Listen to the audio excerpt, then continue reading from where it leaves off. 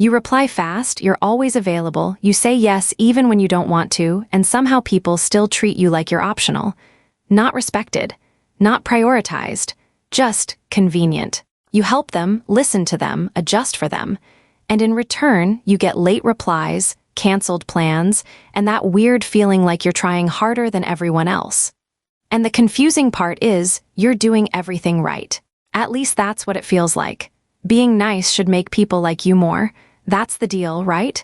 But instead, it sometimes makes people take you less seriously. Which is where things get a little uncomfortable. Because what we call being too nice is often just being too available, too agreeable, and a little too easy to ignore. Not intentionally, of course. You're just trying to be a good person. Keep things smooth, avoid conflict, make people comfortable.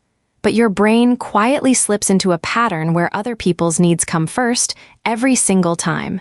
And people notice that, not in a conscious, evil way. Nobody is sitting there planning to take advantage of you. It's more subtle than that. Humans naturally value what feels limited. Time, attention, energy. When something feels scarce, it feels important.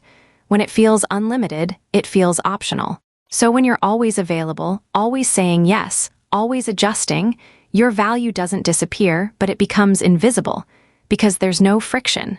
There's also another layer to this. When you avoid saying no, you also avoid showing your boundaries.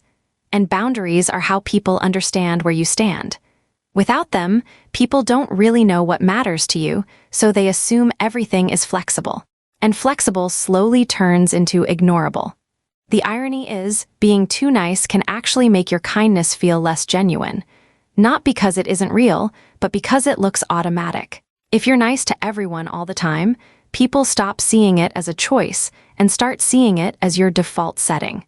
And anything that feels automatic loses emotional weight. Meanwhile, the person who occasionally says no, who has limits, who isn't always available, suddenly feels more respected. Not because they're better, just because their time and energy feel more intentional. And here's the part most people don't like hearing. Being respected and being liked are not always the same thing. When you focus only on being liked, you slowly train people to expect more from you while giving less back. And over time, that imbalance becomes normal. So you end up in this quiet loop where you give more, receive less, and wonder why it feels so one-sided. And the answer isn't that you're too kind. It's that your kindness has no boundaries protecting it, which leads to a slightly uncomfortable realization.